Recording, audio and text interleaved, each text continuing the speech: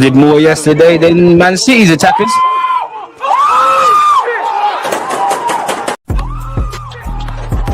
Come on, smash the like button, join the conversation, sit back, relax, have a good stream.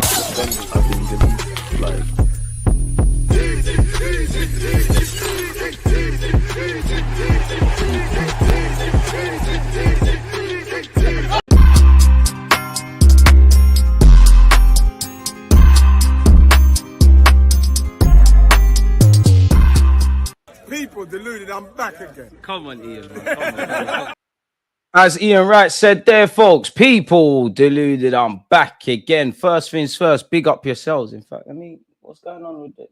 Slightly higher than you need to be. Okay, it was putting me off, people. But yeah, people deluded, I'm back again. Good morning, good afternoon, good evening, and in some cases, good night. Appreciative to your support. If you're new here, smash the like button and subscribe. Big up you lot on Twitch, big up you lot on YouTube, big up my long-time supporters. Again, we are going to probably face either PSV or Feyenoord. Feyenoord, who are going to, I think we're going to face Feyenoord because apparently Van Persie is going to be their manager. Football is fixed in the same way that Real Madrid either play, I believe, Atletico or Leverkusen. I think they're going to get Leverkusen. Xabi Alonso's linked with taking the Madrid job. Obviously, he's got history of Madrid. Wirtz is linked with them, right? We saw the humblers be humbled in Manchester City. You're seeing Arne Slot coming out with some crazy statements. We're not even going to get into that, but some crazy statements about there's fireworks and they up their game because it's at Liverpool and all of that. Yeah, teams are going to up their performance for the team that is top of the summit. If Darwin Núñez scores or you don't concede them goals, it's a bit different, but it does give some Arsenal fans hope, I guess.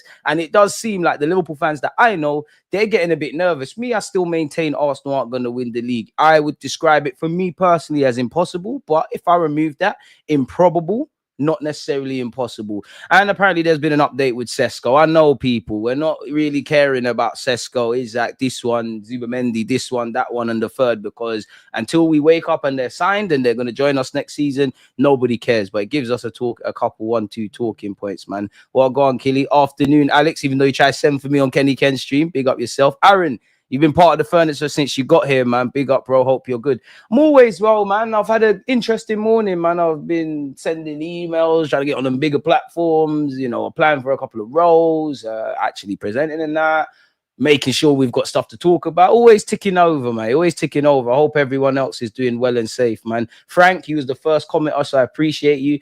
I know how you lot are on social media, yeah, but can you lot start putting your actual faces? Because you lot are always here. We've got a community, but I don't actually know what you geezers look like. And spoiler alert, 5 p.m. Yeah, because I'm looking at it in front of me. Anyone that knows about Arsen blog, I can never pronounce it, and the work that they do on YouTube and all of that, you lot will know who Andrew is. Me and him recorded a video that's going to come out at 5 p.m. I think we recorded for about an hour.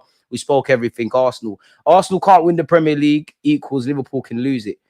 I mean, I could be silly and say that means, well, Arsenal can win the league. But Frank, obviously, I know what you're referring to. And I think everyone would agree in that Liverpool have to fumble it. Like, Liverpool have to fumble it. For me, I want us to get it done. Beyond the obvious, I'm an Arsenal fan. We want to win that. It's 20 plus years. Some Arsenal fans have never seen us win the league, yeah. And it would be romantic because we could run agendas. We've done it with no striker. We've done it with injuries. We've done it with VAR and red cards and all of this. But for me, I think, for me personally, too much has to go right for us and wrong for Liverpool for us to win. We need everyone to stay fit. We need Moreno and whoever the hell is going to play up front and whoever is available to do well. We need Raheem Sterling, anybody to find their form. We need to go on an impeccable run. Liverpool still took a point off Villa. It's a bit like the Wolves game. They weren't good enough against Wolves. I'm sure in terms of performance, Wolves, Bournemouth, Brentford, Everton, they still took something. We need them to lose games. And former Arsenal man, I'm sure you would have seen in the dying embers of that game, Daniel Marlon, if he scores, it might be a different story. As long as it's mathematically possible, at the end of the day, all we can do is fight in it. Like, all we can do is try to win as many games, see where we go from there. I would say the toughest pill for me to swallow as an Arsenal fan is I think we're in this mess because of us. Like, I think if we signed level raisers in the summer and, maybe in January we'd be different. I think our own worst enemy is us. I do think, I think the only question where Arsenal should be beyond the obvious is if Mikel Arteta and these players can get over the line. The rebuild, you know, like for me, I think the whole team have conceded some shit goals this season. I think we're nowhere near the levels we were defensively last season. Statistically, we are. We all complain about needing a striker and all of this, which we do. And the devil's in the details. Check out my last live stream for, you know, we've extended that. But we are second in the league for goal scoring. We all know the draws is what's killed us, but we've only got 2 losses, couple of draws more than Liverpool. And that's what I mean. It's like, I went into this season, it's the fine margins. I genuinely think there's 3 to 5 games a season. And you can't be perfect. You're going to win, lose, draw. You're going to lose some games when you've played well. You're going to win when you've played rubbish. We all know this is what it is, right? But I genuinely think there's 3 to 5 give or take games that maybe in isolate, maybe at the time, better yet, you don't read too much in it. But I think when you look back in May, that's the games. Like I feel across the last 2 seasons, you know, for as great as the top 6 records been and all of that jazz, I don't really count the Manchester City draw. It was down to 10 men. I think it was a valiant effort. Side note, that's actually been a hard pill to swallow this season, man. We've conceded some late goals, man. Liverpool, City, etc., etc. Like it's been hard to take at the time, but I feel the last 2 years against Chelsea at Stamford Bridge, I feel last season's North London derby, I think, you know, the 2 games last season against Aston Villa, and I would also extend that to this season's game at their place. Fulham a couple of times since we've rocked them, Newcastle this year and last year, throw the Bournemouth performance in. It's them games I focus on because I think everyone will look back in May, sadly, and say it will be a year of what if in it? What if we had a striker? What if we held on to this lead? What if we did this? What if we did that? That's been the issue. Like whether it's, I would say 2 games I'm really peed off at West Ham last season at the Emirates, which I hope this year we win. I would say for me, when I was thinking about this last night before I went to sleep, you know how much I love Arsenal in it. I think for me, Newcastle away, Bournemouth away. I know there was a red card, but let's be honest, Arsenal fans, them 2 games there in the Premier League, we didn't turn up. We didn't turn up. Yes, the red card and all of that jazz, which I think, unpopular opinion, is a red card for Saliba. We didn't turn up. We weren't in the game before that happened. Newcastle, St. James's Park, you can't rock up there on nonsense. You know, that is one, that and Anfield are 2 places you can't rock up on a nonsense. So you've got that. Obviously, Liverpool, I think we did well at the Emirates. I think we deserved to win, but we conceded late. It's these kind of games that are going to paint the narrative really and truly, man. And I do think we're a good team. But as I said, for me, it's about getting over the line. I'm not really interested. Obviously, I am. Those that understand football, you know where I'm going at. I don't really care about what Arsenal are good at. Keep doing that. Take it to other levels. It's the squad building, the level raisers, turning a couple of draws into victory. Some, if there's been defeats, which there's been 2. Could we have got draws or something out of that? Because that's the level we need to go at. I don't even want to focus on Champions League. I don't think we're ready to do anything there. Although we're in it, let's try win it. There's some big team. Like, I mean, we all big up you, like that was part of my watch along. Like Real Madrid, it was just wavy, innit? You wish your team was like that. Rodrigo, probably the most underrated star player in the Madrid team, balling out. Bellingham balling out. They tried to say Mbappe was a joke, man. You saw what he was doing. The whole team, really and truly, they were just a class above Manchester City. Manchester City been struggling all season, but there was no, I don't think City believed. They didn't believe from start to finish. They just succumbed to everything. And, you know, Mbappe was cooking players, breaking ankles. Guardiola definitely has a sprained ankle. There's no way he's 100% after that. So, yeah, man, it was nice to see Liverpool drop points. It does make the improbable a tiny bit more possible. It's nice to see City struggle. I've got nothing but respect for Pep Guardiola, the Man City fans and all of that. But you see your players, your starting 11 and your squad, humblers in Haaland got humbled. And if we're honest, Haaland benched for a must-win game. We've got to run agendas. Phil Foden will score a hat-trick against Ipswich, generational talent. Where was he yesterday? We've got to run these agendas. Bernardo Silva, where were you? And I think this is an anomaly. I think City are going to hit back. You saw what they did in January. You know what they're going to do in the summer. Pep Guardiola's lost everything on a sporting front, and he's lost his wife for 30 years. If I was him, this can't all be for nothing. I'm going back to the drawing board, and next season I'm moving very mad. So, yeah, man, well gone, people, man. That's my talking points done. We keep it moving. Not looking past anyone, but Madrid or Bayern is my thoughts. At the end of the day, it's the Champions League knockouts. You got to be prepared to buck everyone. And what makes it tougher for us is at this moment in time, we ain't got the star boy Saka. Obviously, Ethan and Lewis Skelly, ballers doing their jobs, but we can't live or die by their performances in the Champions League. It's a massive art skin. As we saw against Bayern, I think we competed across 2 games, but the fine margins didn't go in our favor. I think we should have had a penalty for Saka, but we conceded one stupid goal at the Emirates. We didn't you know, I remember the first, give or take 20, 25, 30, maybe in fuck it, the whole half. We probably should have slaughtered them a bit more. And we saw, and people were saying that was a rubbed buy-in. Champions League is all about moments. You know, Real Madrid, when they've won the Champions League a couple of times, they haven't necessarily been the best team across 90 minutes. But when they get 1-2 moments and Carlos starts doing that, we all know what time it is, man. DG, Arsenal have Manchester United March 9th and Champions League March the 11th. Doesn't that game should be rescheduled? You never know, but I don't think it will, man. And to be fair with you, at least the last 2 seasons, including now, give or take, well, you could say 2022, 23, but we weren't in the champs. We know about the fixture schedule list. I'm a broken record at this point. But in January and December, what did Mikel Arteta say? We've got one of the smallest squads. We smoked Man City 5-1, result of the season for us, innit? But what did he say in the build-up to that? We came into the season with 3 or 4 long-term injuries, trying to compete in 4 competitions with a squad of 19. I don't know what the magic number Mikel Arteta has for a squad, because I do think on one hand, he wants a small squad, but I do think he wants, you know, more players. But at the end of the day, whether it's Arteta's inability to keep a tight-knit bunch and make everyone fit and bring in players, whether it's the board, I'm neither here nor there. We're all in this together. In the same way, flip side, if we had the depth, if we added the star quality, I'd be praising everybody. We're at where we're at. And the last 2 years, definitely coming into this season, purely speaking about the people that make the decisions at Arsenal, you know you need a big squad.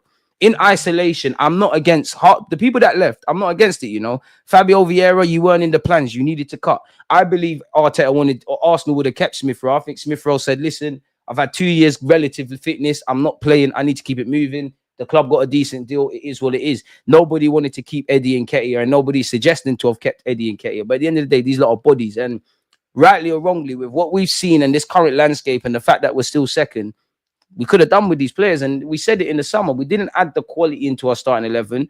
We brought depth in on one hand, but then we let a couple of people go. So we're kind of in the same stage. And naively, we're hoping all the variables go in our favor. Like, there is no injuries. There's no referee nonsense. And people that are in great form keep going. And like life, like football, that isn't it. That's not how it works. We need to be smashing Man United. Good job with Sammy. You're moving mad, CS. But shout out Sammy, man. She'll be back on the platform next week, hopefully, man. Knows her stuff, knows her football. Obviously, with her being a physio, that video was a chance to ask her about hamstrings and all of that. Check that out and follow her socials. DG, we haven't won more than 3 consecutive wins in the league. Our current win streak is 3, and West Ham will be the 4th game. This is what I mean about the devil's in the details, because there's so many positive metrics over a blank statement. But when you start looking into it, we know we will score goals, and a lot of that will be inflated by when we're battering teams 4-5-1. But when the pressure's on in those games, when we need to get over the line, we haven't always done it. And I guess it's a chance to go and get 4 wins in a row there, man. We're gonna have to beat West Ham. The least we can do is win our games. Make no mistake, you can do the mathematics and be a bit more giggity after Liverpool drop points. The minimum Arsenal need to do is win every game. Don't know how you do it, don't care how you do it. Don't know if you have to stink up the place and rely on set pieces. Marino doing magic, Sterling masterclass, Ethan waviness. Don't know how you do it. Don't necessarily believe we're going to win every game from now to the season. And it's a tall ask in itself, because there's still hardly any players. There's still the element of fatigue. Like someone alluded to, the Champions League, when the United game comes, we've hardly got any players. We're going to have to be cute and clever. But that's the reality of the situation. Even with Liverpool dropping points, if we don't capitalize, it won't count for anything. Big up, DG, just got here. My bad. Big up yourself. It's nice to see the chat is behaving, because yesterday, some of you were getting into some personal problems. We won 15 in a row last season, so Liverpool fans thinking we can't do it again is mad. It's shown we can, but do we really believe we can do that, though? I'm not saying we can't, but I'd be a lot more confident if, you know, Odegaard was on song, Kai Havertz was, you know, doing what he did. He's injured, but we all saw the second half of the season. I don't really need to talk about Bukayo Saka. I think we're asking too much. I think we just got to play it by ear, game by game. As much as Marino up front's looking like the thing, if he starts against West Ham and it's not happening, and I'm dreaming here, but Sterling comes off the bench and scores, how do we look at that? I think there's too much unanswered questions for me, man. But we have to hope, man. All we can do is put the pressure on. I know people poke fun at that, but that's the reality. The variables are out of our hand. We just have to control the controllables and just hope the footballing gods produce a miracle. Because, I mean, I'm a North London lad. I actually live not that far from the Spurs Stadium, actually within walking distance, unfortunately. But in May, there needs to be a parade in North London, man. Think about it. We've been through too much. And I'm probably exaggerating, but of the Emirates era, I feel like the last 3 years, really the last 2 included now, they've been the hardest for me because we're actually decent. Like we've been flirting with it. Like we've not been perfect, and I've definitely had talking points, but we've been flirting with it. Like it feels achievable, but then it feels not achievable at the same time. Fair enough. When you lot know the what we've been going through at the Emirates, in it. Like you lot know the players we've had. We've been scarred in it. So I was last season. I'll be honest. Last year was the hardest to take, just because I knew it wasn't going to happen, but I just felt myself, and I'm pretty sure if you go and watch my watch along from the last game of last year, I was daydreaming a lot. I was just because I was really just thinking, you know what, we're so close but so far. We all knew City were going to win it. We knew we weren't getting that miracle, but we finished 2 points behind, but we took it to the last day of the season, to the point where you would imagine the Premier League sent Premier League trophies to both clubs, so City wherever they're at and Arsenal wherever we were at the Emirates. After that, I was like, I just wish there was a bit of an injection. And I must admit, big up Kenny Ken, but like I can't remember what the minute, but we did watch a stream yesterday, and he was kind of let me know as an older guy how Arsenal kind of do things. And then I just think, like, is this as good as it gets kind of thing? I don't know, man. Big up DG. I told you them man would slip up.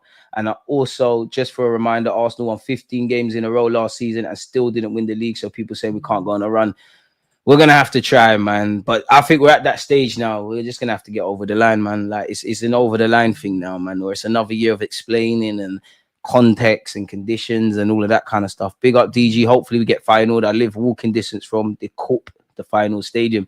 Hopefully we get them, so it's a chance for you to visit them. I think we're getting them. Maybe I'm a conspiracy theorist. From I'm seeing Van Persie's going to be their manager. It makes sense for obvious reasons. Smash the likes if you haven't. There are 2 Champions League paths, either Feyenoord and Real Madrid or PSV Bayern, so it really doesn't matter. It doesn't matter. But if it came to it, you want to go PSV Bayern, innit? You don't. I think everybody. I mean, I think Real Madrid are going to win the champs again, but you hope to avoid Real Madrid at least until the final, and you hope they get dumped out really and truly. Crazy to think if we somehow win the league this year, we'll be entering a possible Arsenal domination era. I don't know about that. I don't know if we're set. And to dominate, it goes beyond. Even if Arteta wins the league and these good players, it goes beyond that. Like the Cronkies and that want to dominate football. Do they want to dominate the Premier League? When have we been? We've never. And again, just because we've never done it, don't mean we can't. But we've never been a team to dominate. We've won stuff. We've done things. We ain't even retained the Premier League. We've done things. We've never had that domination thing. And I don't think the owners want it. Obviously, Newcastle are a long way away from even talking about that. But based on their owners, domination. When City walked in, domination. I don't think we're set up for that. Obviously, Liverpool gonna drop points. I think whoever they play in the Premier League after the League Cup final, they'll drop points. But I just think it's too big of a burden, man. But I want to be wrong, naturally. Bayern are even worse this year. They're still buying though, man. In January, I said Liverpool would drop 15 points minimum. They've dropped 8 already. What's the lottery ticket numbers, man? If we get into, I'm going to cry. Real Madrid aren't at the races sometimes, but what carries them is they never say die. That's true. But they got seasoned winners. They've got experienced players. And when the Champions League comes on, pardon me, they're a different beast. In La Liga, they a bit here and there. Champions League, switch goes on from Japan. Let's go. Big up yourselves, man. Support Man United. What the fuck are you talking about? I think Eddie's fall off at Palace is a testament to Arteta's coaching ability. He got a tune out of Eddie when he was here. But Eddie just weren't levels. We flogged. It's nice for us to rip someone off for once. Big up Eddie though, man. DG, would you rather Liverpool beat Newcastle in the Prem or the League Cup final? Neither. Like, I'd have Matoma. I don't know where we look at with Matoma. He's gonna have 2 years left at Brighton in the summer. They reject 90 million. So if you're in maybe he didn't want to go. Maybe they would have accepted it, but he didn't want to go Saudi. But if they're rejecting 90 million, we're not bidding 90 million for Matoma. You never know. Stranger things have happened, but there you have it. Did you see Van Dijk's slip of the tongue saying credit to Arsenal Villa? We're in his head. I did hear that, but I watched it many times and I don't know if he said that or he didn't, but there you have it, man. And even the fact that for me, naturally, Liverpool at the top, we all know there's a lot of variables that need to happen. Smash the like button. But for me, and I can't talk because I'm never been a professional player or manager, but if I was Liverpool and Onslaught and Van Dijk, or if I was a Liverpool fan, I wouldn't get nervous, but I'd think, why are Arsenal even in their head? Because surely when you're at the top, the only way is down. You just need to eliminate all sense of complacency in you lot, and you lot need to keep doing. We've got no choice but to look up. We are behind Liverpool. We know the ramifications of winning, losing, and drawing. And we know City have Liverpool on Sunday. I think Liverpool are going to put belt to us, if I'm honest with you. But you never know. City down on their luck, they might be at it. Liverpool don't have the best of records at the Etihad. I think that is irrelevant because this anomaly of a season for City, I just think they're there to be got at. They're there to get smoked. They've got even a couple more injuries now. Phil Foden ain't going to turn up. 1 year he will carry us. I hear that, but my man's 17, bro. We can, but do we have the squad to do? I don't believe we do. But I don't want my players to believe they can't. I don't think we have. Odegaard's not on song. Only the defense. Now, in theory, if we could shut up shop and scumbag some 1-0s, it is what it is. But we've got too many injuries. We ain't got the star boy. We're relying on young players, which, again, Ethan's doing his thing. But there's like 13 games or something like that left in the Prem. He's not going to be great in all of them. He's a young man. I hope he is. I hope he scores in all of them, assists in all of them, England call-ups, all that jazz. I just think there's too much against us. Some of it self-inflicted. Majority of it self-inflicted, man. Like, look at our front line. We're running some players into the ground. I don't want to be that guy. International break is coming up. We all know that is a fugazi period for Arsenal fans. I hope we can, man. One game at a time, man. DG, if we get Milan at the San Siro, we're cooked. To be fair, we did lose, but we competed. And, you know, if the... Sorry for my things making bad noise. If the referees did their job, we would have been all right, man. But that's the only thing I see with this team. Like, 9 times out of 10, when it's sink or swim, like those proper sink or swim moments, unfortunately, I think we crumble, man. I take PSV buying every day. Yeah, but you don't want to buy Real Madrid, at least until the final minimum. We're signing Nico Williams in the summer. I think we can win a trophy. Need Saka back, though. DG, first day of the summer transfer window, Arsenal should slap 125 million on the table for Isak. My personal preference, agree a pre-summer deal now. 75 million with Sporting for Gyökeres. I hear it, Steve. I don't think Arsenal are onto Gyökeres. I think that one there's more paper talk. Isak, as you're alluding to, it comes down to the money. If you put the money down in favorable terms, anything can happen. But I don't think Newcastle are going to make it happen. DG, are you Arteta out if we win nothing this season? The man signed a new contract, so it is irrelevant. What I would say with Mikel Arteta, I think you're a great coach. From a coaching aspect, I love a lot of them. I think you've done a lot wrong, but there's so much things I like about you. Like, I do think you're a good manager. But until you get me a Premier League or at least scumbag some trophies and get over the line, I'm always going to be open to all possibilities. I'm not going to sit here unless I find there's a reason. By all means, there's criticism. And I'm not talking, everyone can say what they want. I'm not at that stage of pitchforks Arteta out. If he leaves, I'm not going to cry. As I said, until you show me you can do the rebuild thing, until you can get over that line, I'm on anything. I am on that. Like, if Xabi Alonso, it's not going to happen, but he said he wants to come here, I'm on trying something else, because when is the cutoff point? I'm not saying sacking Arteta guarantees anything. I don't think persisting with him necessarily means we're going to get over the line. I do think some Arsenal fans just like to be where we're at. They don't really want to get over the line. And they said they cut a lot of excuses that the very old man in question, Mikel Arteta, doesn't. But he signed a new deal. Kroenke's took over this club in 2018. Unfortunately, we're just going to have to work within the context. Is trust the process. The process is done, bro. I'll be real. The process is done. Like, the process was done. We're at that stage. Can we get over the line? And every year we don't. The process was to get us back competing and not getting embarrassed in Europe and all of those things. We're there now. It just needs to, there's just a final push that everyone, from the players, the recruitment staff, Mikel Arteta, there's just so much. There's just a couple of things. If we arrested them, we should, fuck it, we should have at least 2 Premier League trophies. This should have been the first year we retained it. We should have won it last year. And we should be about to win it this year. So, yeah, man. Liverpool beat City, but draw to Newcastle. There you have it, man. Kimmich has a hammerhead. Stop. Why for watching next man and personal appearances, man? Stop the foolishness. DG, any transfer news? We're getting to everything, man. Are we signing Nico Williams? It's true. He said to Yalmao he's going to Arsenal, just rumors. I mean, I haven't seen any video where Nico Williams has said that. There's no way of fact proving it. If we put the money down, anything can happen, but it's dead. I think it's because our injuries, regardless, Liverpool fans are getting nervy now just because we're putting the pressure. So just have to take each game by game, and you never know, DG. Connor, you're right. But Arsenal fans did banter Spurs fans about putting on pressure and that. I'm not saying you, I'm not saying any of us, but how far does that pressure thing go? That Champions League music turns something on in their brain. That's Madrid, man. He refused Saudi. Jan price tag ain't the same. He 100% credit to Arsenal, stops before the L and then says Villa. Mitoma would be a perfect Martinelli replacement. Mitoma can actually dribble.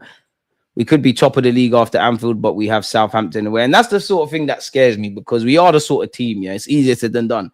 I don't think it's too unrealistic. Well, Anfield's scary, but I don't think it's too unrealistic to say we beat Liverpool or we get a result against Liverpool. We do something against Chelsea. We move to Man United at Old Trafford. We do what we need to do.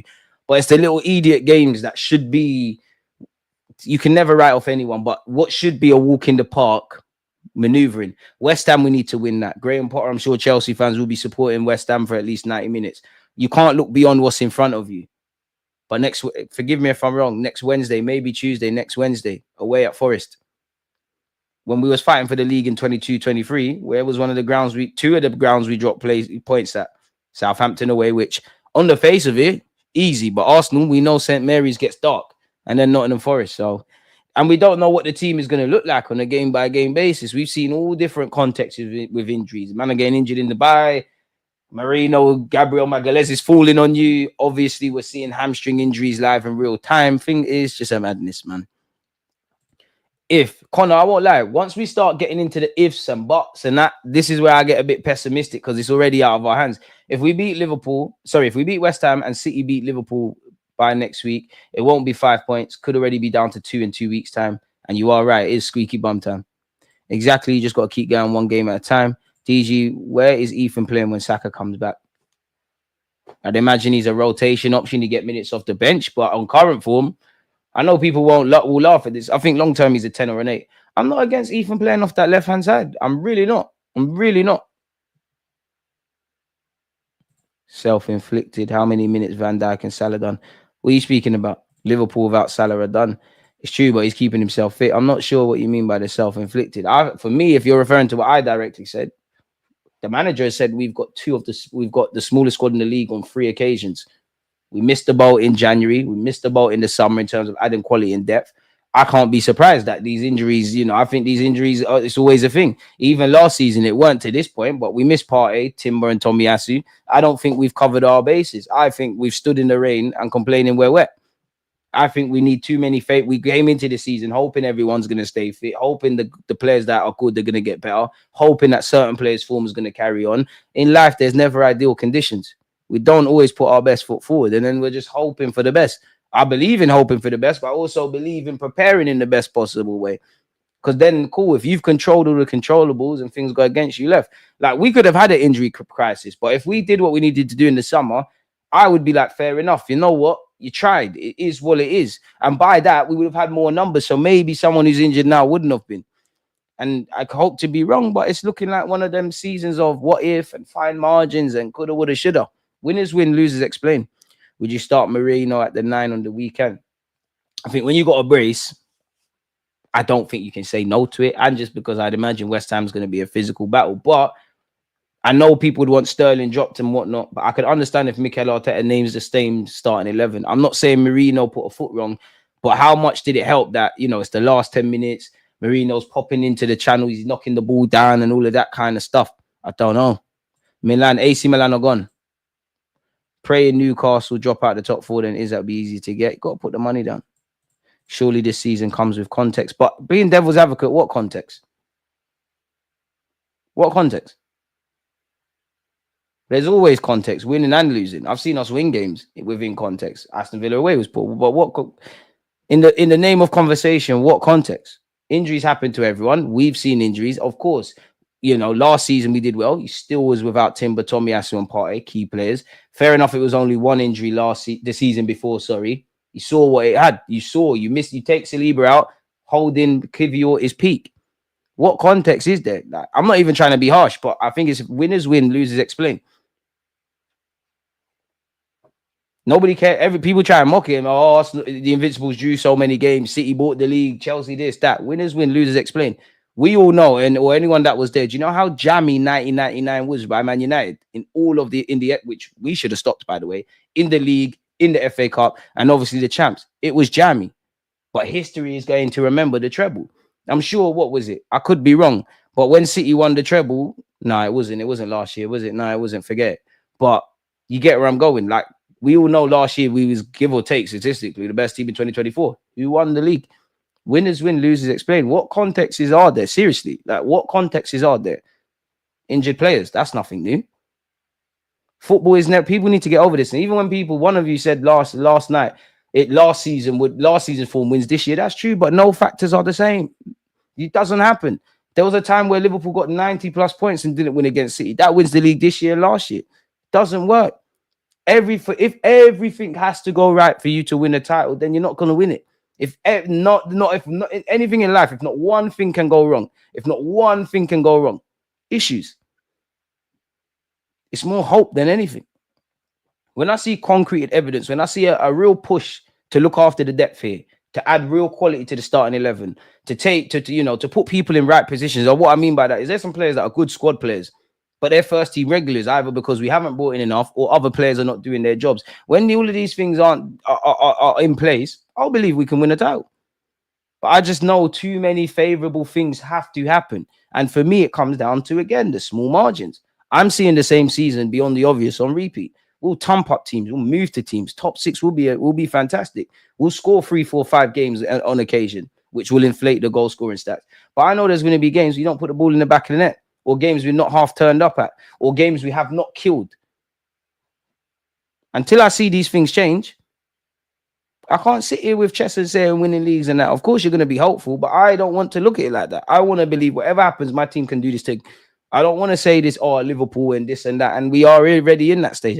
Once you start having to do the ifs and buts, like, I do think there's context, but on a serious note, what context is there? Seriously, what context are there?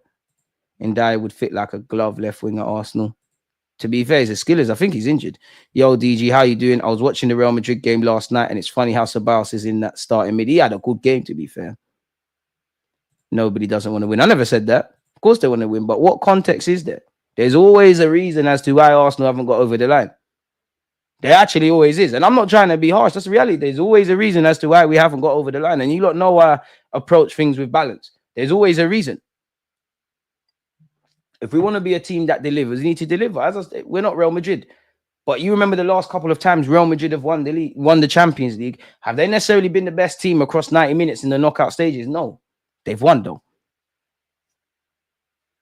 Winners win and losers explain. And I'm not being harsh for the sake of it. That's where we're at now. If we want to be a team that's in the mix, we've got more than enough.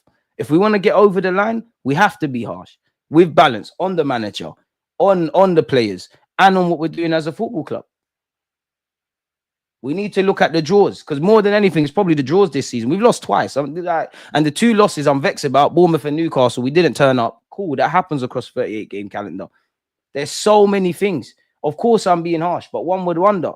Conceding dumb goals against Chelsea. 2 goals up against Aston Villa. Well, how did the scoreline end? Last season, Aston Villa at home. Did you kill the game in the first half before the second half? Not learning your lessons. Fulham away. Gave them 1 chance and they scored. Yes, VAR denied us. Brighton at home, even with 10 men in the first and second half, should have killed the game. Brighton away. Yes, the penalty. We all know in our hearts we should have killed the game in the first half. And you can't, sometimes these things are going to happen. But we all know several examples I've given throughout the course of this stream. If we just took 3 to 6 points from them, what are we celebrating in May? Winners win, unfortunately, and losers explain, man. And I hope one day we get over the line, but at some point there's going to have to be a cut-off period and really look at what we're doing, man. I would be interested in seeing Saka play through the middle when he comes back. He can play with back to goal. Think he might be able to do a great job there. End of the season, keep Ethan right wing. I'm not on that, but I hear that. DG, why do you think we choke so bad in the cup competitions if our form has been so good? Honestly, I don't know. And that's a question for Arteta. I like what Arteta is doing, but again, crunch time, you need to start getting over the line, man. We're always explaining stuff. To rely on 1-0 wins, our forwards have to be on point. However, they can't hit a barn door. So even that's difficult at times. This summer, we really see how serious we are about pushing for major trophies.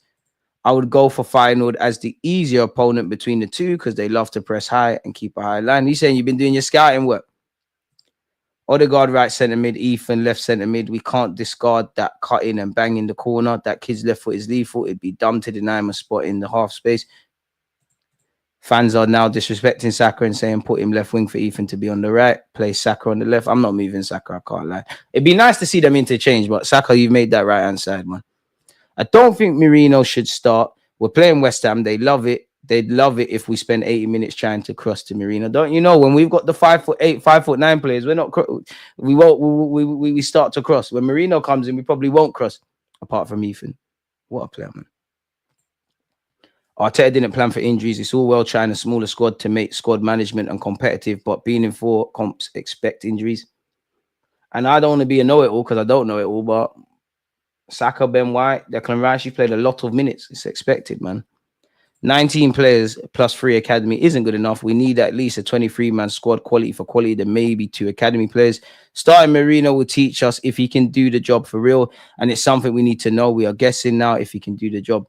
I don't have too much expectations of Merino. You're not a striker, innit? I hope you can, but that's not you. You're not a striker. You're doing a job. You're doing it to the best of your abilities. Great that you did it against Leicester. But when he goes up front and he looks like a square peg in a round hole, which will happen at some point in the 13 games, the same ones gassing him don't get on him. And again, injuries happen. But again, teams that are serious, this should never be a thing. We have to start Merino, in my opinion. Only real chance we can test his ability as a striker before the real test games come through. We're going to have to use him as a striker regardless. You do have to finish your dinner. Drawing Everton, breaking down low blocks. I'm not really vexed at, well, I am vexed at drawing against Everton, but I think that's something that Arteta's had to address for the last year or so. As I said, if we want to get better, we have to be harsh. Think about you in your lives. If you want to change, if you're not happy with your life, your career, your habits, all of these things, do you not have to look yourself in the mirror and be harsh? Do you not have to? We need to stop the kumbaya thing. I'm not talking about those that do the positive toxic thing or everything and everyone is shit. You have to be honest. Kill games before they kill you, man. Injuries is one thing. It's the fact that every time we have injuries, they're always on the same position. Left back one season, right back this season, and now just so many injuries anywhere. I remember the 98-99 season. We were so good, but we won jack shit. I've seen this movie before, but big up to that old Wenger team for coming back better. This current team needs to learn. And big up the older heads here. You lot love to tell me, oh, we did that at Anfield in 89. I hope to see that. But them man there is very different. That football there and the Arsenal there is very different to today. Merino, Trossard, Ethan is the best front right now, at least until Martinelli is back. Now is the time players have to step up, especially with injuries. We have to dust it off and just win games. Doesn't have to be pretty. Can be ugly. Performances don't matter. Just need the 3 points, man. I think Arteta DG wants to focus on the league. Arsenal aren't above a League Cup or FA Cup. I don't know, man. Not going to lie, Havertz doesn't score that second goal that Merino got against Leicester. Definitely not. That side nettings probably knocks out a Leicester fan, man. 100%. Our biggest mistake is not buying João Neves. We should try to sign a quality midfielder like Ardo or Bueno. I hear it, man. Seeing Pool fans making up scenarios when we have Merino up front. I love the panic, man. I personally think Liverpool fans are panicking for no reason, but I do hope that they are panicking for a reason. And it would be the biggest cock-up of a league in history if they don't win the league title. Let's be brutally honest. There's too much. They have to try really hard to fail. And I hope it happens because it means my team benefit. Obviously, Real Madrid packed Man City. Lovely stuff. Mbappe hat-trick. Some of you tried to tell me it wasn't the truth. Stay humble. It's a tough season for City, innit? They've been getting smoked left, right, and centre. Look at that. Look at that. Remember Man United, and don't let Man United fans get away from this because they seem to think they beat City here. They seem to think Amorim was the guy when he won around here. And they were saying he was better manager than Arteta. The United YouTubers, they're turning slowly but surely. When you look at Liverpool's games, though, man, have they got to a little period? They've been grinding out results. You know, again, dead rubber against PSV. Bournemouth, I think, were the better team, but with, you know, ask Areola and Arne Slot what place you'd want to be in. I'm sure Areola, who's done very well with Bournemouth, would want the 3 points. Lovely, they beat Spurs. Fair enough, they went out, the FA Cup. Everton did what they could. Wolves probably could have done more on reflection, but they need to win. They drew against Villa, but they're still getting points. They haven't been good, in my opinion, to their level against Bournemouth, Villa, Wolves, and Everton, but they've still been getting points. They've still been making it happen, whether it's been 1 point or 3, still making it happen. City, I think City are going to get spanked.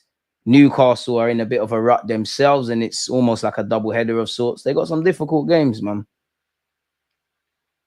But if anyone does all of this, it's Liverpool, man. Raheem redemption arc, incoming super sub goal getter. I need Sterling to go on a purple patch, man. We need anyone like obviously Ethan, it's not a purple patch, but Ethan stepped up. We need if it's going to be Marino scoring every week, Sterling getting his shooting boots together, Trossard going up the gears, Declan right, Odegaard finding it. We need that. We need that. We need anything we can get at this moment in time, if I'm honest with you. Man City have lost 13 games across all comps this season. This is the most ever by Pep Guardiola's side in a single campaign. Life is a humbler, eh? And then you look at Liverpool's next 5 fixtures. Man City away, Newcastle at home. They're smoking Newcastle at Anfield. Southampton at home, dead rubber. Now that I said that, they'll probably win all the games apart from the Southampton one. Then you look at us. West Ham at home, Nottingham Forest away, United away, Chelsea at home, in which Raheem Sterling can't play. Fulham at home, where we shot ourselves in the foot last year. Boy, Liverpool will hit a wall once Salah cools down. Can he keep going across the Prem or the champs? And will others step up? I doubt it. I also doubt we'll win all our games. Would be like 30 unbeaten if we do. I hear that, but then they've got other players, man, if I'm honest with you. Van Persie as Feyenoord manager at the Emirates. I need that. Fans booing the whole 90. I don't need us to go out and whatnot. If Martinelli came and started striker, could that be a blessing that Kai got injured? There's never a blessing when people get injured. I'm not a fan of Martinelli up front at this moment in time. Everything's on the table. I don't think he's ready to play up front. I think he could do it in the future, but you know what, we might see it. Arsenal, as you know, will face either Feyenoord or PSV in the last round of 16 people. Robin van Persie apparently is on the verge of being appointed Feyenoord's new manager. When's the draw for the Champions League? I think it's 11 a.m. tomorrow, so probably on Twitch we'll watch that together. Make sure you're following on Twitch. Again, people, you look at the awards, individual awards. We need to win a Prem. I mean, we'd still be second even without the VAR decision. Of course, it's more favorable because we'd only be 2 points, assuming we make it happen. As we know, West Ham, Forest, Feyenoord/PSV, Man United away, Feyenoord again, and then Chelsea. Some difficult. They're going to be difficult. You could look on paper and say, yeah, we've got a much of a chance, but it's going to be difficult. Imagine that. The round of 16 teams: Arsenal, Aston Villa, Atletico Madrid, Club Brugge, Barcelona, Benfica, Bayern Munich, Dortmund, who are having a terrible season themselves, Feyenoord, Inter Milan, Leverkusen, Lille, Liverpool, PSG, PSV, and Real Madrid. So all the British teams done their job apart from City. Dang. Apparently, Newcastle have no interest in negotiating with a club for Alexander Isak for anything shy of 150 million. Even an offer of 150 million might not be enough. Cap. Last 15 games, Arsenal have won 10. They've won 10. We've both drawn 5, lost none. Goal difference almost identical. Yes, you can say, oh my God, it's so heroic even with the injuries, but like, it's self-inflicted as a whole club, man.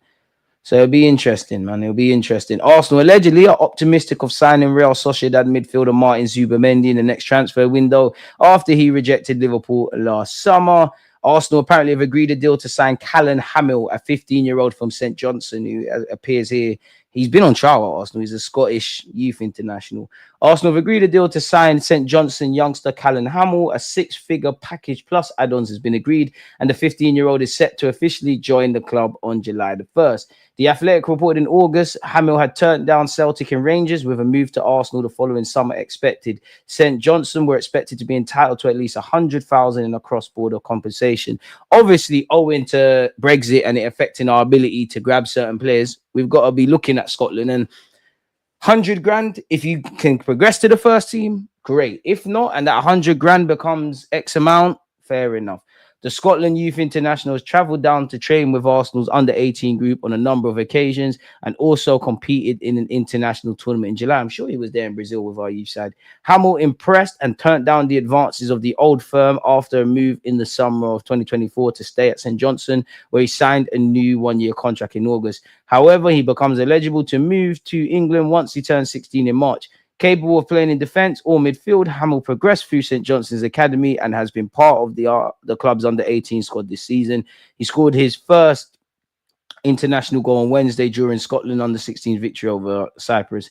His anticipated move to Arsenal would add to the growing list of Scottish teenagers heading to England before reaching the first team since Brexit, when Britain's European Union freedom of movement rights ceased on January the 1st, 2021. It meant no players under the age of 18 could be signed from overseas, resulting in the Scottish market becoming more attractive to English clubs. And obviously bad news for Scottish clubs. Arsenal get worrying transfer news from Sevilla. Arsenal have already been handed a concerning update on Benjamin Sesko from the Leipzig strikers' homeland. Let's skip this, Tosh. Leipzig believe that the bidding in the summer battle for the 21-year-old could drive his price of around 100 million euros. For that figure, which would be the second highest in Arsenal's history behind Declan Rice, the Gunners would demand a player arriving in peak condition. To this end, they have been given a worrying update from Sesko's homeland, who's apparently the new boss of the under-21 side. The squads must be submitted by the 4th of June. Both play with the full national team, but for the benefit of Sevilla football, we want to play with the strongest lineup. Some crazy clickbait because there's nothing there really. Arsenal are firm favourites to sign Sesko in the summer, and they seem all but agreed to land the Sevillian if they decide to turn their interest into a formal offer. Apparently, his release clause is, increased to around 65 million.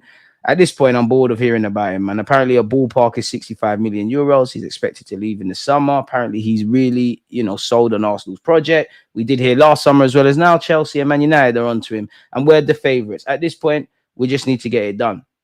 Apparently, Ben Jacobs, who I don't know if he's credible, has said, I think if they do choose to formally proceed with Sesko in the summer, we can term Arsenal as the front runners at this stage. Then we know that Isaac is the other big name on the list that Arsenal really like, but obviously he's a lot harder to get. We never knew that, did we?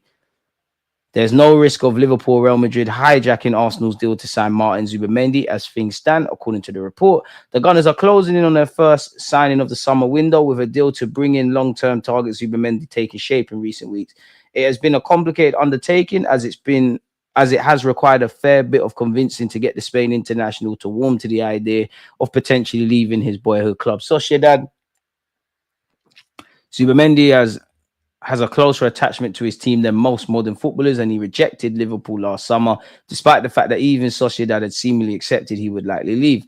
Arsenal have been caught in the midfielder for years and have made a breakthrough over the past 2 months. Football Transfers has exclusively revealed that personal terms with the 26-year-old have been pretty much agreed, but that some final details still need to be ironed out before the deal can be considered fully done. Ben Jacobs, who I'd rather it be David Ornstein, Sammy Motbell or Romano, has said people that he's now confirmed our reporting and also set the record straight on Zubimendi links with other clubs. It's been claimed Liverpool retain an interest. Apparently, Real Madrid are not expected to get involved. He's got a 60 million release clause. You'd imagine Arsenal are going to try and spread out payments in that regard. I believe it when Zubimendi is holding the Arsenal shirt. He said he wants Madrid or Barca, then say something else. There you have it. All I hope about Sesko is that if we do end up signing him, I don't want him playing out wide. Sesko, no. He's out of form right now. Why does Arteta love lost projects? Why not sign Osman, who's scoring goals for fun? Sesko is Bentner 2.0. I think he'll prove you wrong in that regards, but yeah, just get it done and move on to the other bits. How many goals does Sesko got? We'll look at that. I do think, I'm not saying he's going to be world class and all that jazz. Half of you slating him, in 2 years, you'll be breading. But let's look. And he has gone through the motions. This season, he's found a little, at times he's been in a purple patch. Last season, he was kind of second fiddle. He's still not there yet. 100% he's not there yet. But I do think he's got all the tools to thrive in the Prem. And listen, Isaac's my first choice, innit? We're not going to spend a piece, bro. He's got 15 goals in 31 games in all comps and 4 assists. So he's contributed to 20 goals in 31 games. So that's 11 games without doing anything, which isn't the worst. In the Bundesliga at this moment in time, 3 goals and 9 assists. 3 assists and 9 goals in 21. In the Champions League, obviously they've gone out. He had 4 goals in 8 appearances. In the DFB Pokal, 2 appearances, 2 goals, 1 assist. Let's see what he got last season. He ended last season, if I remember rightly, strongly. Started it slowly. He got 14 goals in 31 Bundesliga games, 20 and 2 assists. Got 18 goals in 42 appearances in all comps with 2 assists. I think he started the season slowly. I mean, he got a brace in the 3rd week, and then you can see he went on a bit of a goal drought. And you see what I'm saying? Then he kind of found his feet and ended rightly. And now the 21-year-old still needs to go up levels, still needs to add that greater level of consistency or being one of those strikers that if it is inevitable, you can't, I'm not saying he's the answer, but you can't sit here and say he's not going to bring nothing. Miles Lewis Skelly is set for his first England call-up by Thomas Tuchel after his breakthrough season. What a year it's been for the 18-year-old. You need to be bringing Ethan with you as well, man, even though there's some talent there. Ademola Lookman or Fabrizio Romano has confirmed Ademola Lookman's leaving this summer. I don't think Arsenal are going to get him, but you can see the rumours are going to be fueled. Arsenal made a 20 million euro offer for Espanyol. Smash the like button. Goalkeeper Garcia towards the end of the last transfer window. The Gunners' bid was rejected, and the La Liga club referred to his 30 million euros release clause. Fast forward to February, and Espanyol sporting director Fran Garagaza talks about Arsenal's offer. He's been speaking to whoever that is on various topics. The 23-year-old has a 25 million release clause in his contract that lasts until 2028. The report adds that the fee will increase to 30 million euros for the last 15 days of the transfer window, which is what they referred to when Arsenal made a bid last summer. We all know we ended the window bringing in Neto. Specifically, what has he said? He said clause or nothing. No, in last summer with a call from Arsenal in the last week, it has to be that clause. I hear that. You've given us a week to find a replacement. I've activated his release clause or we're keeping him. But if you get an offer on June the 14th, that isn't the clause, but it's closed in fixed and variable amounts, Espanyol are not going to say no. We can't say no. If a club comes in with 8 million for Garcia, that's a bad sell. So if you get this deal tied up early, that's your goalie. If you're running around on deadline day, like last year, you're not going to get him if that's that. Apparently, Spurs and Arsenal are monitoring Atalantic midfielder Charles D. Calatea. I can never pronounce his name. 23-year-old's done quite well since leaving AC Milan and going over there. We're still linked with Hugo Ekitike. Arsenal and Liverpool are both looking to bolster their attacks, people. He signed for Frankfurt for 13.2 million, and you'd imagine they're going to make quite the profit. He's got 17 goals and 6 assists in 32 appearances. He's got 4 years left on his deal. He's on 50 grand a week. They did lose Marmouche. Apparently West Ham are monitoring him as well, people. So we'll have to see what's going on in that regards. Apparently he was prepared to commit 50 million for Rafinha while he was at Leeds, people. People don't really care about that. Doesn't help us. Apparently, what's going on here? Journalist shares how Arsenal insiders now feel about Raheem Sterling.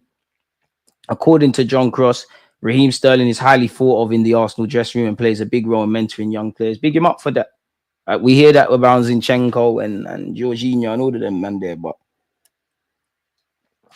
I'm not going to lie. Obviously, he hasn't played 90 minutes, but 19 appearances, scoring once and 2 assists.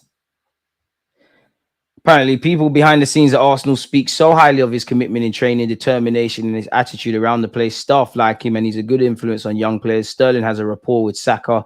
Ethan Nwaneri looks up to him. No one has encouraged him more than Sterling. Sterling, it's your time. It's your time. It's your time. We've got 13 games left. Vibes Cartel came home after 13 years. No one believes in you, but I do. You know what? Gaza, we're going. You heard it here first. F it. What else we got? Sterling is scoring against West Ham. Fuck, he's scoring a brace. He's scoring a brace. He's scoring against United. We've got to back him. We've got to back the lad. What's the worst that can happen? What we've seen already? Got to do our thing. Arsenal have been dealt a blow in their hopes of making Isak their new number 9. Newcastle have no desire to sell the star and instead want to build a team around him. I'm not even reading that article, man.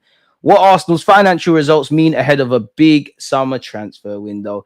Arsenal published their latest financial accounts on Wednesday. The club confirmed they made a record revenue of over 600 million, but did still record a loss of 17.7 million for the year ending May the 31st, 2024.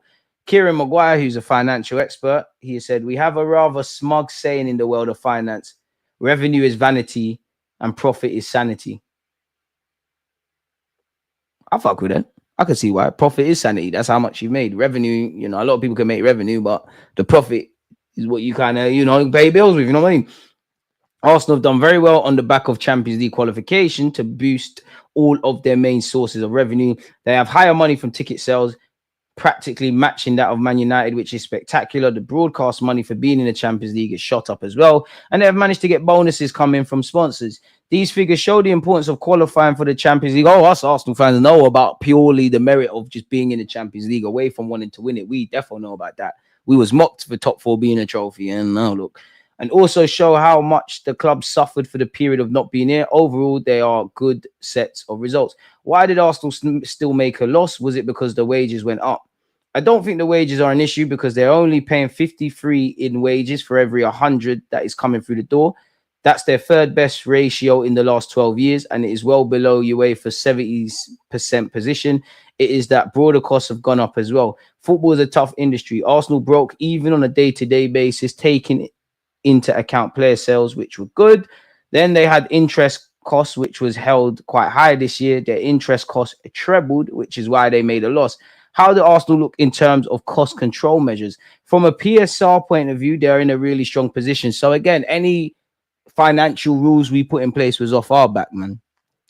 Sesko has a release clause. How would there be a bidding war? 1 minute it says he's got a release clause, then it says he's got a gentleman's agreement. I guess we'll never know, man. Where were we?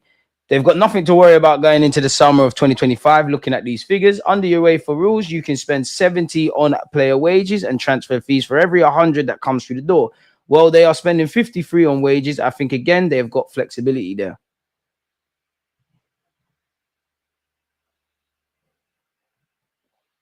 Make sure, the summer needs to be bang on. Are they in a good position to add to the squad this summer? Yes, they've got no cost controls whatsoever. So it's down to our competence or incompetence whether we address the areas we need to address them from what we're seeing here. They have got no cost control concerns whatsoever. It would be my observation. The wages are well under control, and you would imagine Tini's a free agent. He's cutting. He's on 100 bags. Nelson hasn't left, but Nelson could leave. He's on like 100 bags. Who else is there? Partey, whether we want to keep him or not, on paper, he's cutting. That's over 200. Zinchenko's probably on something nice.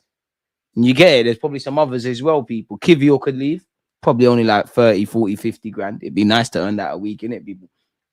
The wages are well under control. They have used Stan Kroenke as their lender. Whether that is going to go ahead, we will have to wait for the ruling on the new associated party transaction rules. But even if that goes in the favor of the Premier League, I don't see Arsenal having any problems at all. They're in a very strong financial position to spend what they want. They spent 256 million last summer and 251 in the previous season. They certainly got the capacity to invest heavily in the market. Should they wish to do so, they have the capacity. But it, as we have seen with other clubs, is about spending it well rather than spending it big. That ultimately matters. Spending it big and well is the absolutely sweet spot. How do Arsenal's financials compare to other Premier League clubs? I think these results restore Arsenal to the top of the table. Wish we could say that from a sporting perspective. They were in danger of becoming a top 4+2. Arsenal and Spurs would be the +2. Mr. Maguire, don't ever in your life violate us and put us next to Spurs about any of that. Have some fucking manners. There's never going to be plus whatever. If anything, it's top 5 plus Spurs. Never ever do that again in your life. Have manners the way you're talking about my club. Like we didn't do Invincibles and mad things and everything. What have Spurs given to the game but Beyonce concerts at a football ground? Have manners immediately. Do not boy us like that. I'm not even going to read that paragraph. Looking at these numbers, this takes Arsenal back into being competitive. Arsenal have got a revenue of 616 million. Manchester City are well over 700 million. Manchester United makes 662 million. So Arsenal are not far behind them. Liverpool were 594 million in 2023. So Arsenal are now in the leading pack, whereas they were in danger of becoming slightly disconnected. You lot buy the merch, man. Buy the merch so we can make it happen. I think we've covered this already with the Hamill thing. Make sure you're following on Spotify, people, man. You lot called for Spotify. I gave you that. And at 5 p.m, people, I'll get the big dog content creators. So, yeah, Andrew will be here. So, yeah, man. That seems to be all the news. Negative energy about Arsenal, am I in the Liverpool channel? What did I say? Big up yourself, Steve. I don't know. Sterling needs to score against Man U or Chelsea. He can't play against Chelsea, so it's a myth. Read somewhere that Endrick and Galeur looking elsewhere for playing time in the summer. Got to be playing if they're at the World Cup. I hear it, man. DG, you could do a little life coaching thing, the way you gaslight things. I can't lie, I might need your services. Ruben, I hear that. Do you know what it is? Yeah? I look at Arsenal the same way I look at my life. I could speak about all the negatives, the reasons to be pessimistic, all of the things I've spoken about. But then if you part that off on one side, I look at it as like, raw, I got 2 hands, I got 2 feet, my senses work. Fuck it, let's go in it. Like it is what it is. What do you think of Nico having less goals than Anthony DG? Nico don't play for us. That's his business. Sterling pitching for a contract on vibes only. Trust me, Sterling. Trust me. Just tell Sterling you need to go vegan for a set. You need to go on an ITIL diet. Stop eating curry goat. Get a bit slimmer and you're moving mad. Sterling, watch. You heard it here first. Sterling's bagging against West Ham. They say I'm negative. Then they say all I do is try to do a top Gooner thing and protect my players and back my players. EKTK Bundesliga taxi ain't the guy. Sterling ain't our problem. Back to Chelsea you go. We never know if the transfer is good or bad until there's hindsight. True. But we knew Sterling weren't going to bang, but we weren't going to bang. That's why folks saying Arsenal on the promise for Isaac, Sesko and Zubi are crazy. Our sales team not elite. Get pre-contracts or buy early. Leave them to finish the season with their club. I'm cool with Semenya. Big up Curtis. I'm not dissing Ben Jacobs. I'd love to get him on the channel, but like, are you sure? Like, when has Ben, again, I hear it. When has Ben Jacobs ever broke some real news? Because Ben Jacobs, big him up, but you're not Romano, cuz. You're not Sammy Motbell, my brother. You're definitely not David Ornstein. You and you know, Steve K, you lot, I'm sure you know your thing, but like, I don't see it. Big up Tom. I rate Tom's thing before Ben Jacobs, bro. And Tom don't even do the ITK. Make sure you're following Gooner Talk. Sesko has freak attributes. There's a player there. If he goes to the right club, right coach, just get it done. He's next up. Man was saying no to Isaac when he had 4 goals, 120 million later. Now looks social. Tell them again. Sesko is Havertz's numbers to win the Prem. We needed. I promise you, if we sign Sesko, it's not that.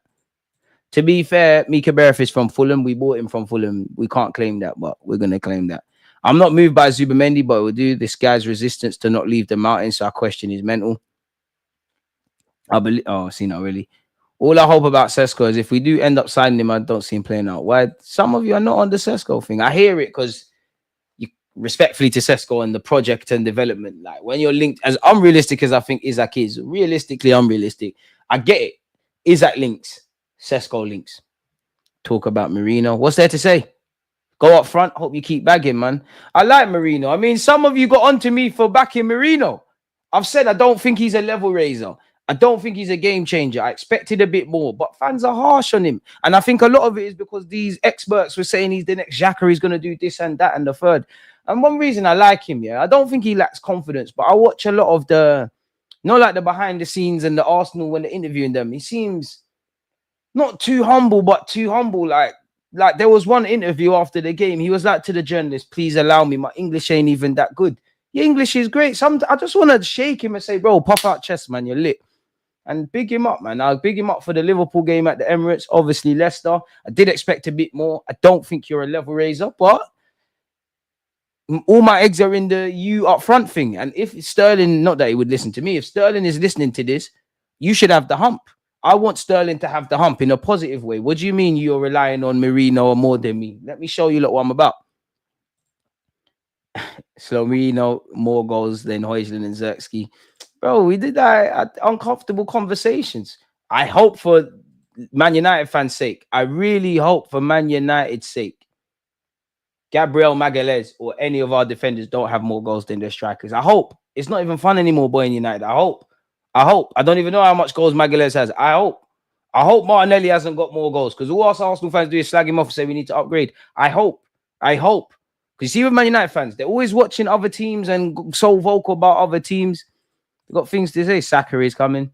I'll be surprised if we see Saka this season, but inshallah, innit?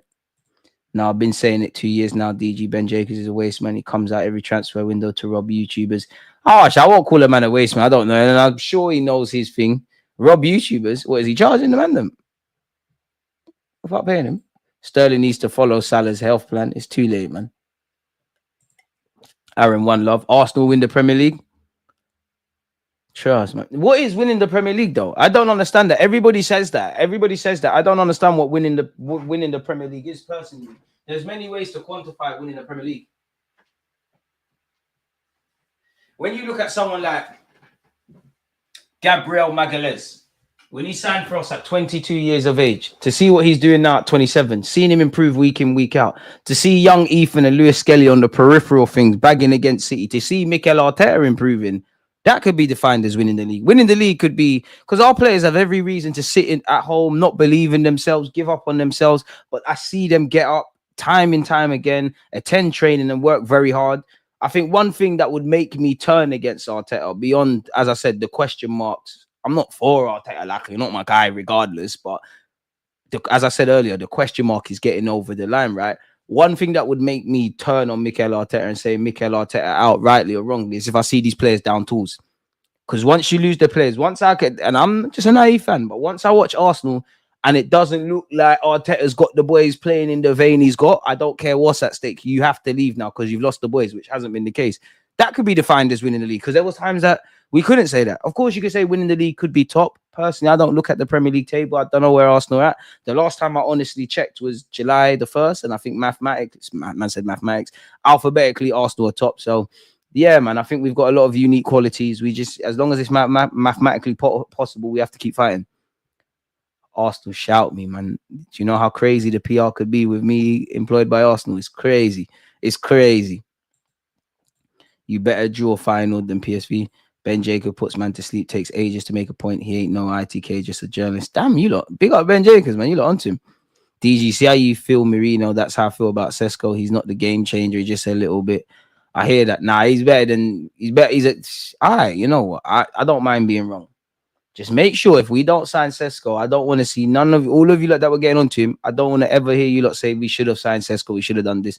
He's not Isaac, but there was a time people were going with Isaac. Now look, and strikers are a bit weird. They peak a late, they take a while to get going. They're weird, man. I'm having that. And at the end of the day, yeah, for me personally, I think we might have scouted Hugo Ekitike. I don't buy that we're onto him. I think Gyökeres, I'd imagine the club have scouted him, ran the rule over him, but it seems like when we're linked with him and anything could change, it's more of a paper talk. I do think there's an interest by this club in Isaac, but for a variety of reasons, you know why that one looks a bit like it's not going to happen. Sesko, there's accredited interest. Again, I don't know how much money Arsenal are or aren't working with. We should have done it last summer, but it seems like he's feasible. I'm at the point where just get him in it. Just get him in it because we need a striker. If that's the only one we're going for, get it over the line. I said this before. Ben Jacobs is a good guy, but takes 1 year to answer one question. Proper waffler, but fair play to him. He's done well. I mean, hell will freeze over before I take it. I'm going to take in the journalists. As I say, I don't believe none of these journalists. I more believe Sammy Motbell to a degree now, David Ornstein, Romano, but like the game's the game. I just like talking about transfers and all of these things because it gives us another layer to discuss. Me, until I see man holding Arsenal shirts, interviews, I grew up watching Adams and Omri and Bergkamp and this one and that one. Mess. Have you ever played soccer? And I don't know what is soccer. I don't know what that is. Isaac had 4 goals at Sociedad at 65 mil. Man are saying no to a guy with 15 goals. You don't learn. Get talent while it's young. There hasn't been a set piece goal in a while. I hope Hova has something cooking to produce additional goals to support the lack of ones from open play.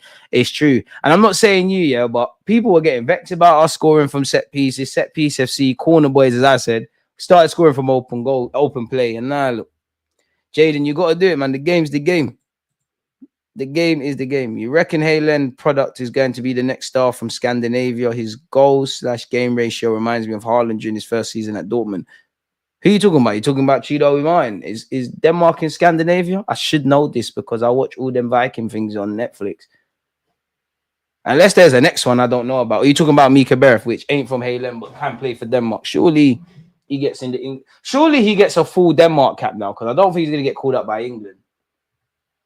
I'm not gonna lie, I cannot spell Scandinavia, so I'll look at your comment. Surely, what country did I say? Denmark. Oh, big up me, geography. Okay. It is. I know what football is. I don't know what soccer is. I could never say I've played soccer. I've played football. I love football. I watch football. We are talking about football. Sega versus JVC versus Dreamcast versus O2 versus Fly Emirates. Some questions shouldn't be asked, man.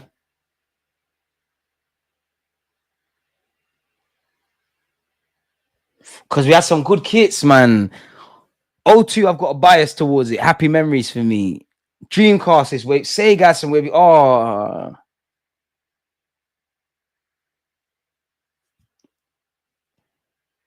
That's a good question. Because they all had you know what? I'm gonna change my mind.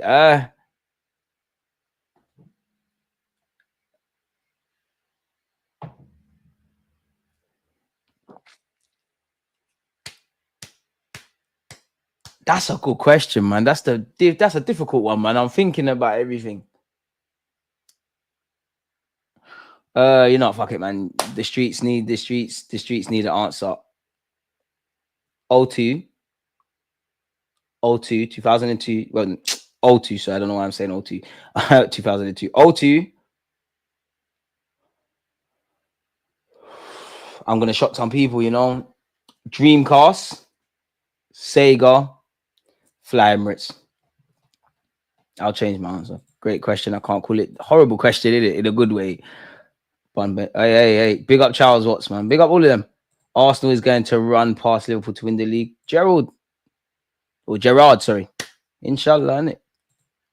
Hugo does everything better than Sesko. Who's Hugo? You don't need to say people's full name. Who's Hugo? We got 86 likes. You lot are violating as well. 02 DG know the right answer. People that keep mentioning Isaac only scored 4 goals for Sociedad. Let's not forget he bagged a lot of goals the season before for them. He was proving in the La Liga. Yeah, but that just shows you he was at that stage, like what we saw with Sesko stats. He's at that stage where you need to go to the next one. But Newcastle did their homework. They're laughing, innit? And he was signed for like 70, 80 million. If they do sell him, they're going to make... You're right, you know. Oh, Hugo Ekitike. Bro, you lot stop coming up with nicknames, man. Hugo does everything better than Sesko. Well, I just want a striker, bro. Like, you will definitely see Isaac in thumbnails and in the title. The game's the game, people. It is what it is. But I don't think we're getting Isaac. If God says, DG, I'm going to show you something, bring him.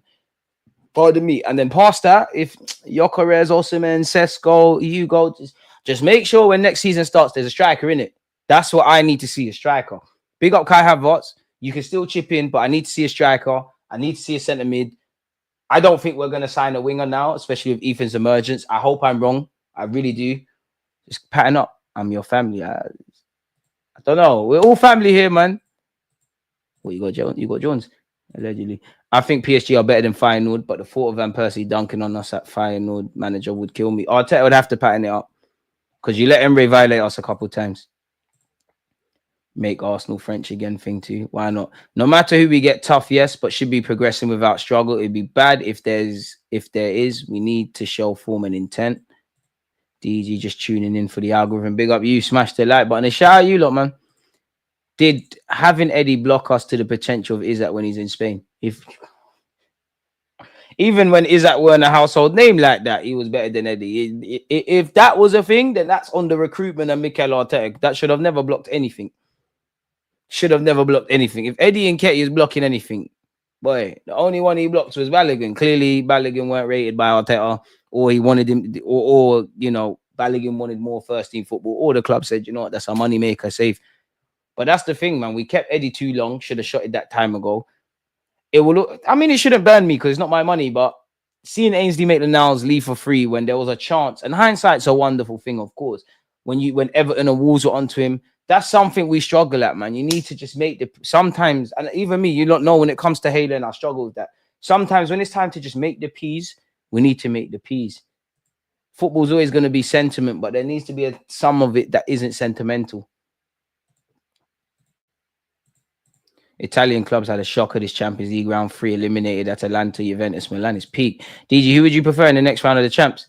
Between Feyenoord and PSV, I want Feyenoord. Just want to make Van Persie's day, 2 legs of living hell. I want Feyenoord. But I'm at that point now where I don't really care who we get. We're in the knockouts of the Champions League. You got to be prepared to buck anyone. And by God's grace, we still remain in the tournament.